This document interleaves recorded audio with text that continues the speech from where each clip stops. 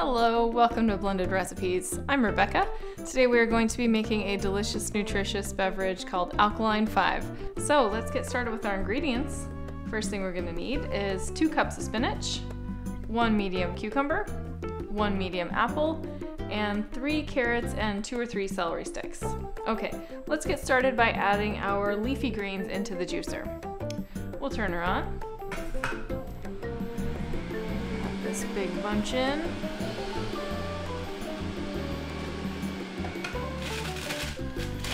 Then we'll add in our carrots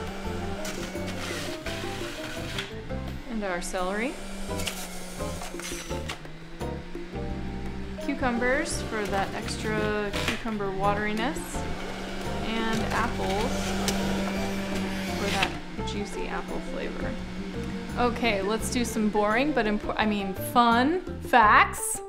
Dr. Robert Young says that your health depends on a balance of an alkaline environment created by eating foods such as tomatoes, avocados, and green vegetables. Let's see if it's true.